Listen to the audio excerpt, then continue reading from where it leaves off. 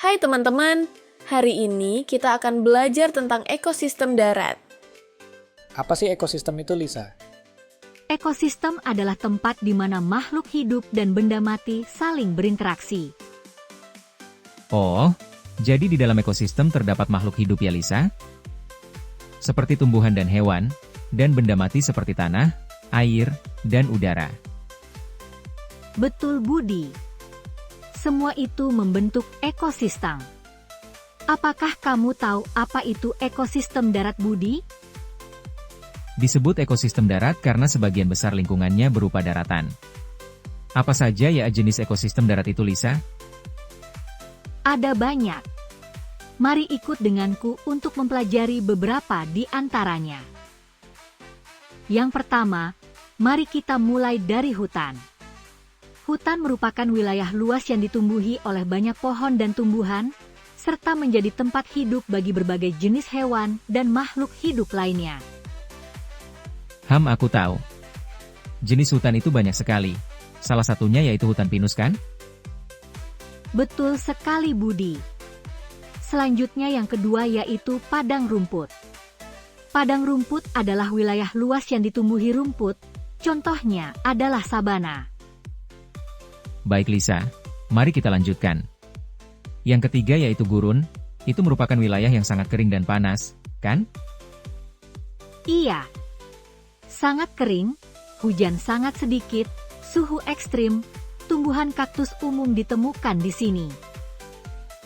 Selanjutnya ada tundra, yang dingin dan ditutupi salju. Karena tundra merupakan wilayah dingin di dekat kutub. Dan yang terakhir pegunungan, yang berubah seiring ketinggiannya. Tepat sekali. Sekarang, mari kita lihat ekosistem darat yang dekat dengan kita, yaitu kebun. Di kebun, semua makhluk hidup dan benda mati saling berhubungan, ya? Betul. Contohnya, kupu-kupu menghisap nektar dari bunga. Belalang juga memakan daun tanaman, mereka bergantung pada tumbuhan untuk makanan. Itu termasuk interaksi antara hewan dan tumbuhan. Betul sekali Lisa. Tanaman yang ada di kebun membutuhkan air dan sinar matahari untuk tumbuh, kan? Betul. Tapi tidak hanya itu Budi, tanah yang subur juga membantu tanaman tumbuh dengan baik.